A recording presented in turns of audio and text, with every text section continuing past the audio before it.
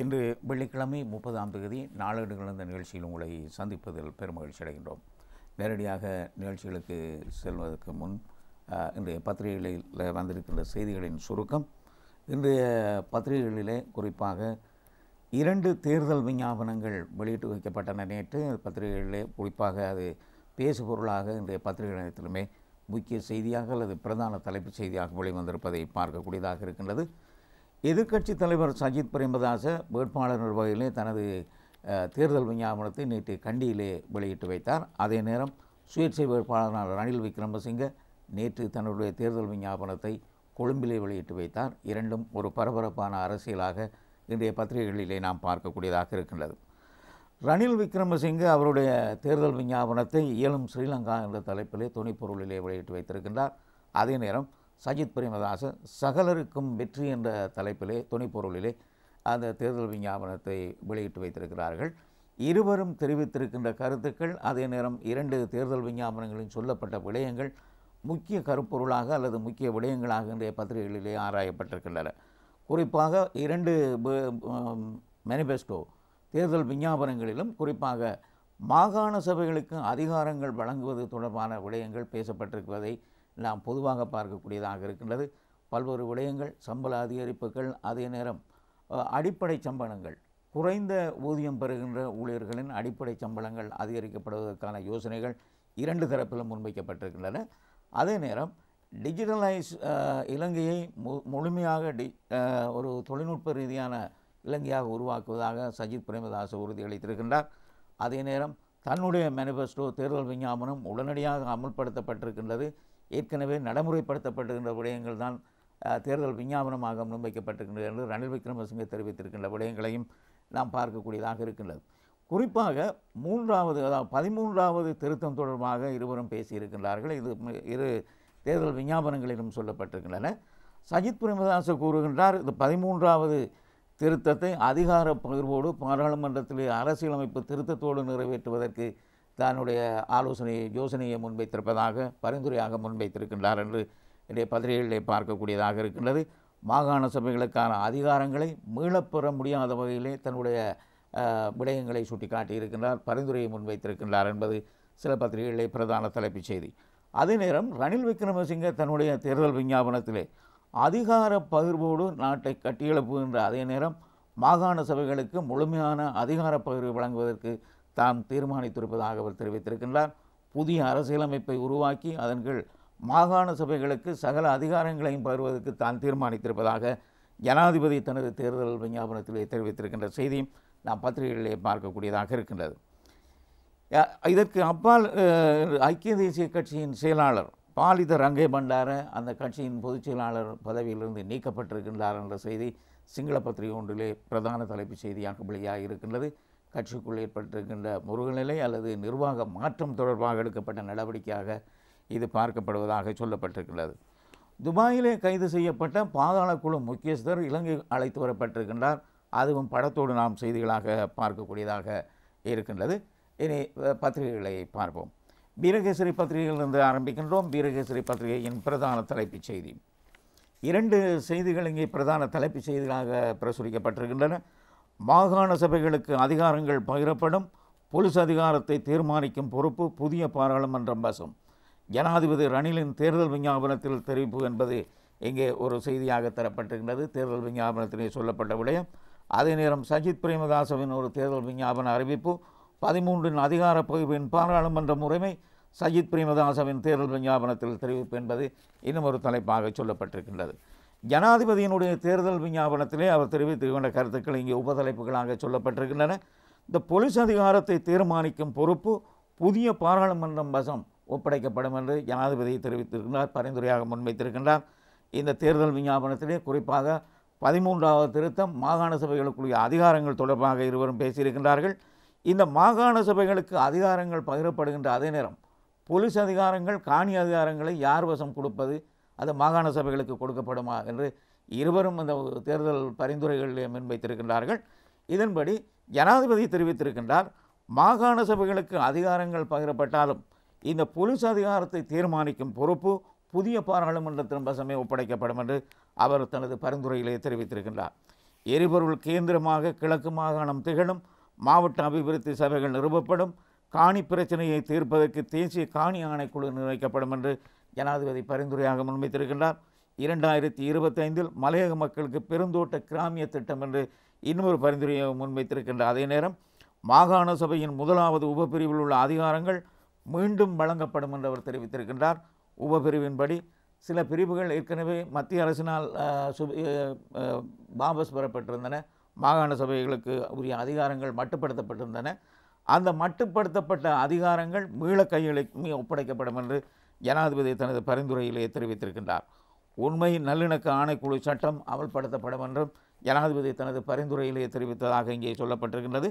இந்த நேற்று கொழும்பிலே நடந்த இந்த நிகழ்விலே ஜனாதிபதி ஆற்றிய உரையும் இங்கே முழுமையாக சொல்லப்பட்டிருக்கின்றது.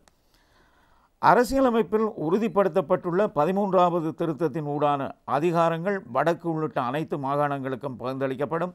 போலீஸ் அதிகாரம் தொடர்பான தீர்மானத்தை அடுத்து வரக்கூடிய புதிய பாராளுமன்றம் தீர்மானிக்கும் என ஜனாதிபதி ரணில் விக்ரமசிங்க நேற்று கொழும்பிலே தேர்தல் விஞ்ஞாபனத்தை வெளியிட்டு வைத்து உரையாற்றிய போது தெரிவித்திருக்கின்றார். மலையக மக்களின் வாழ்வாதார எழுச்சிக்காகவும் அந்த சமூகத்தின் உறுதிப்பாட்டுக்காகவும் பெருந்தோட்ட கிராமிய திட்டம் உள்ளிட்ட காணி உரிமைகளுக்கான அத்தியாயங்கள் 2025ஆம் ஆண்டிலிருந்து ஆரம்பிக்கப்படும் என்றும் கிழக்கு மாகாணத்தில் எரிபொருளை கேந்திரமாக கொண்ட பொருளாதாரம் கட்டியெழுப்பப்படும் என்றும் ஜனாதிபதி தனது தேர்தல் விஞ்ஞாபனத்திலே பரிந்துரையாக முன்வைத்திருக்கின்றார் என்பது இங்கே பிரதான தலைப்புச் செய்தி. அதே நேரம் சம்பள அதிகரிப்பு, 2026ஆம் ஆண்டிலே ஓய்வூதியக்காரர்களுக்கான பங்களிப்பு தொடர்பான விடயங்கள், கொடுப்பனவுகள் தொடர்பான விடயங்களும் இங்கே பரிந்துரைக்கப்பட்டிருக்கின்றன.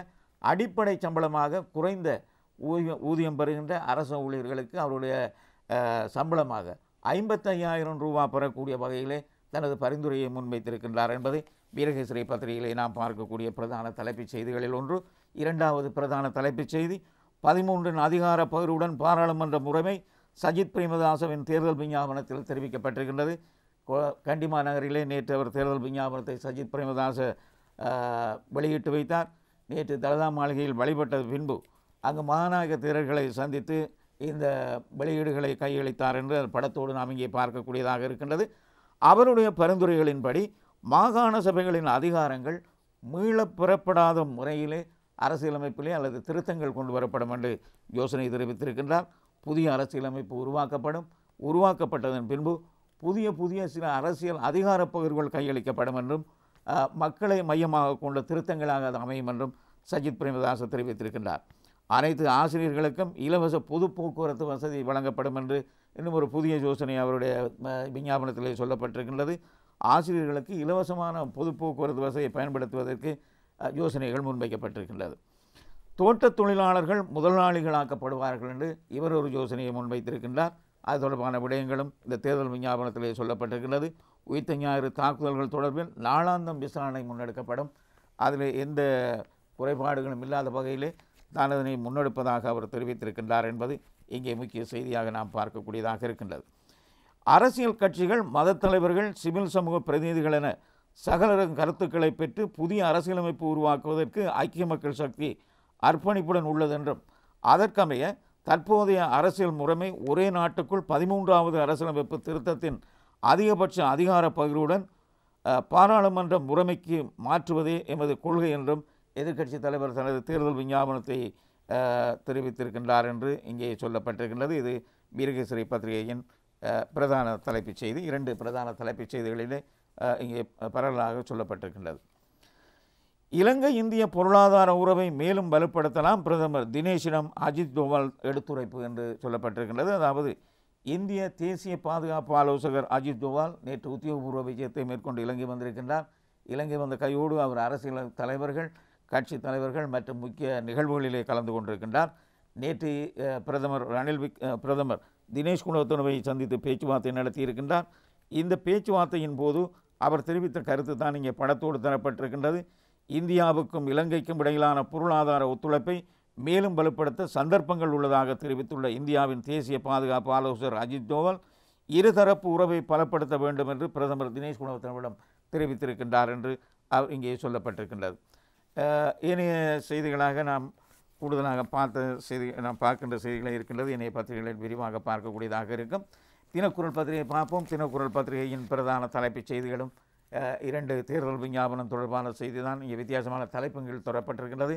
அடுத்த 5 வருடத்துக்கான திட்டம் என்னிடம் மட்டுமே, மாகாண சபைகளுக்கு பொலிஸ் அதிகாரத்தை புதிய பாராளுமன்றமே தீர்மானிக்கும் என்று ஜனாதிபதி தனது தேர்தல் விஞ்ஞாபனத்திலே தெரிவித்திருக்கின்றார். அதே நேரம் உப தலைப்புகளோடு பார்க்கின்ற பொழுது, பெருந்தோட்ட தொழிலாளர்களுக்காக புதிய கிராமங்கள், 2025 அரசு ஊழியர்களின் சம்பளம் 24% 50% வரை அதிகரிக்கப்படும், ஆக குறைந்த சம்பளம் 30,000 ரூபாவாக மட்டுப்படுத்தப்படும் என்றும் அல்லது அதிகரிக்கப்படும் என்றும் அவர் தெரிவித்திருக்கின்றார். வாழ்க்கை செலவுப்படி 25,000 வரை இது அதிகரிக்கப்பட இருக்கின்றது என்றும் அவர் சொல்லியிருப்பதாக அதனுடைய பரிந்துரைகள் இங்கே சொல்லப்பட்டிருக்கின்றது. அதே நேரம் புதிய அரசியலமைப்பு வரை 13வது திருத்தம் அமலாகும், 5 பிரதான தலைப்புகளின் கீழ் 47 விடயங்கள் முன்வைக்கப்பட்டிருப்பதாக சஜித்தின் தேர்தல் விஞ்ஞாபனம் வெளியிட்டு வைக்கப்பட்டிருக்கின்றது என்பதை இங்கு 2 பிரதான தலைப்புச் செய்திகளாக நாம் பார்க்கக்கூடியதாக இருக்கின்றது. சமஷ்டியும் இல்லை, 13க்கு உறுதியும் இல்லை, ரணில், சஜித், அனுரவின் தேர்தல் விஞ்ஞாபனங்கள் கூறுகின்றன என்று தினக்குரல் ஒரு பிரத்யேகமான செய்தியை ஆராய்ந்திருக்கின்றது. பிரதானமான ஜனாதிபதி வேட்பாளர்களான ஜனாதிபதி ரணில் விக்ரமசிங்க, எதிர்க்கட்சி தலைவர் சஜித் பிரேமதாச, தேசிய மக்கள் சக்தி தலைவர் அன்றகுமார திசாநாயக்க ஆகியோரின் தேர்தல் விஞ்ஞாபனங்கள் வெளிவந்துள்ள நிலையில் எந்த ஒரு வேட்பாளரும் வடக்கு கிழக்கு இணைப்பு, சமஷ்டி தீர்வு, மாகாணங்களுக்கான காணி பொலிஸ் அதிகாரங்கள் தொடர்பில் எந்த உறுதிமொழியையும் வழங்காமல் தமிழ் மக்கள் மத்தியிலே ஒரு ஏமாற்றத்தை ஏற்படுத்தியிருப்பதாக தினக்குரல் அதனை சுட்டிக்காட்டியிருக்கின்றது. இங்கே முக்கிய செய்தியாக நாம் பார்க்க முடிகின்றது. காணாமலாக்கப்பட்டோரின் உறவுகள் வடக்கு கிழக்கில் இன்று போராட்டம் நடத்துகின்றார்கள். அனைவருக்கும் அழைப்பு விடுக்கப்பட்டிருப்பதாக அந்த செய்தியிலே சொல்லப்பட்டிருக்கின்றது. சர்வதேச வலிந்து காணாமலாக்கப்பட்டவர்கள் தினமான இன்று 30ஆம் தேதி வடக்கு மற்றும் கிழக்கில் சர்வதேச நீதி கோரி பெரும் போராட்டங்கள் இடம்பெறும் என்று அறிவிக்கப்பட்டிருக்கின்றது. இன்று 30ஆம் தேதி, அதாவது வலிந்து காணாமலாக்கப்பட்டவர்களுக்கான தினமாக பிரகடனப்படுத்தப்பட்டிருக்கின்றது. இது ஐக்கிய நாடுகள் சபையினால் பிரகடனப்படுத்தப்பட்ட தினம். இதனை நினைவுகூரும் முகமாக இந்த போராட்டங்கள் முன்னெடுக்கப்படுவதாக அறிவிக்கப்பட்டிருக்கின்றது. அதே நேரம் இந்த போராட்டத்துக்கு அனைவரையும் ஆதரவு வழங்குமாறு அந்த அமைப்பு கேட்டிருக்கின்றது. அது இங்கே முக்கிய செய்தியாக பிரசுரிக்கப்பட்டிருக்கின்றது. கட்டம் கண்டப்பட்டிருக்கின்ற ஒரு செய்தி, தமிழ் பொது வேட்பாளர்களுடைய அறிவிப்பு, அவருடைய பிரச்சாரம் தொடர்பான செய்தி. தமிழ் பொது வேட்பாளருக்கு ஆதரவு அதிகரிக்கிறது, வடக்கில் மும்முரமாக பிரசாரம் என்பது இங்கே படத்தோடு தரப்பட்டிருக்கின்ற ஒரு செய்தி. தமிழரசு கட்சி எந்த முடிவும் எடுக்கப்படாமல் இருக்கின்ற நிலையில், பொது வேட்பாளரை ஆதரிப்பதா இல்லையா என்று ஏற்கப்படாத இருக்கின்ற நிலையிலே தமிழரசு கட்சி சில்லம் சில்லமாக பிளவுபட்டு நிற்கின்ற ஒரு நிலையும் இருக்கின்றது. இந்த தமிழரசு கட்சியிலே சுமந்திரன், சாணக்கியன் ஆகியோர் ஒரு நிலைப்பாடு எடுத்திருக்கின்ற நிலையிலே தமிழரசு கட்சியின் ஏனைய உறுப்பினர்கள் பொது வேட்பாளரை ஆதரிப்பதற்கு முன்வந்து செயல்படுகின்றார்கள் என்பதை இந்த செய்தியாக நாம் பார்க்கக்கூடியதாக இருக்கின்றது. ஜனாதிபதி தேர்தலில் போட்டியிடும் தமிழ் பொது வேட்பாளர் பாக்கிய செல்வம் அரியநேந்திரனுக்கு தற்போது ஆதரவு அதிகரித்து வருவதாக இங்கே சொல்லப்பட்டிருக்கின்றது. நேற்று கிளிநொச்சி ராமநாதபுரம் சின்னச்சந்தை பிரதேசத்துக்கு சென்ற தமிழ் பொது வேட்பாளருக்கு பொதுமக்களால் பெரும் ஆதரவு வழங்கப்பட்ட அதே நேரம் வரவேற்பளிக்கப்பட்ட போது எடுக்கப்பட்ட படத்தோடு இங்கே பார்க்கக்கூடியதாக இருக்கின்றது. தமிழரசு கட்சியின் நிலைப்பாடு என்ன? பொது வேட்பாளர் தொடர்பிலே, தமிழ் பொது வேட்பாளர் தொடர்பிலே தமிழரசு கட்சியின் நிலைப்பாடு என்ன என்று பல்வேறு கேள்விகள் எழுப்பப்பட்டு தீர்மானம் எடுக்கப்படவில்லை என்று, கட்சி உத்தியோகபூர்வமான எந்த முடிவும் எடுக்கப்படவில்லை என்று அவர்கள் அறிவித்திருந்தாலும், ஒவ்வொரு மாவட்டங்களிலும் ஒவ்வொரு நிலைப்பாட்டிலே தமிழரசு கட்சி இருக்கிறது என்பதற்கு முன்னுதாரணமான ஒரு செய்தியாக திருமலையிலே தமிழரசு கட்சி பொது வேட்பாளருடன் இருக்கின்றது என்று இங்கே நாம் பார்க்கக்கூடியதாக இருக்கின்றது. கூதாச நம்பி தலைமையிலான சந்திப்பிலே இந்த தீர்மானம் எடுக்கப்பட்டிருக்கின்றது. தமிழ் பொது வேட்பாளருக்கு ஆதரவு தெரிவிப்பதாக திருகோணமலை தமிழரசு கட்சியின் அலுவலகத்திலே இடம்பெற்ற கூட்டத்திலே தீர்மானம் நிறைவேற்றப்பட்டிருக்கின்றது என்பது இங்கே முக்கிய செய்தியாக நாம் பார்க்கக்கூடியதாக இருக்கின்றது. தினகரன் பத்திரிகையை பார்ப்போம். தினகரன் பத்திரிகையின் பிரதான தலைப்புச் செய்தியும் தேர்தல் விஞ்ஞாபனம், ஜனாதிபதியின் தேர்தல் விஞ்ஞாபனம் தொடர்பான செய்தியை இங்கே முக்கியப்படுத்தப்பட்டிருக்கின்றது. நிறைவேற்ற முடியாத வாக்குறுதிகளால் நாட்டின் பொருளாதாரத்தை சீர்குலைக்க இடமளிக்காதீர்கள். அடுத்த 5 வருடங்கள் இலங்கையின் வெற்றிக்கான காலம். சிரமங்களுக்கு மத்தியில் பெற்றுக்கொண்ட பொருளாதார ஸ்திரத்தன்மையை, நாட்டையும் பாதுகாப்பதற்கு அனைவரும் ஒன்று திரள வேண்டும் என்று ஜனாதிபதி தேர்தல் விஞ்ஞாபனத்தை முன்வைத்து தனது கொள்கை பிரகடனத்தை தெளிவுபடுத்தி இருக்கின்றார். கொள்கை பிரகடனத்துக்கு 5 பிரதான கோட்பாடுகள் உள்ளன. இளைஞர்களுக்கு 1 லட்சம் வேலைவாய்ப்பு, பாடசாலையிலிருந்து இடைவிலகி 50,000 பேருக்கு தொழிற்பயிற்சிக்கான விரைவான ஒதுக்கீடு, ஊழல் எதிர்ப்பு நிகழ்ச்சி நிரலை செயல்படுத்த குழு, ரணிலுடன் இணைந்து நாட்டை வெற்றி பெற செய்ய 5 ஆண்டு திட்டம் என்று இங்கே சொல்லப்பட்டிருக்கின்றது. ஏற்கனவே பார்த்த விடயங்களோடு சேர்ந்த விடயங்கள். இங்கே சிறிய செய்திகளாக, நெடுந்தீவு, நைனாதீவு, அனலை தீவுகளில் இந்திய நிதியுதவியில் ஹைபிரிட் மின் திட்டம், அதாவது கலப்பின மின் திட்டம் என்று இங்கே கூறுவார்கள். இங்கே ஹைபிரிட் மின் திட்டம், அதாவது ஹைபிரிட் பவர் ப்ராஜெக்ட் ஆரம்பித்து வைக்கப்பட்டதாக இங்கே சொல்லப்பட்டிருக்கின்றது.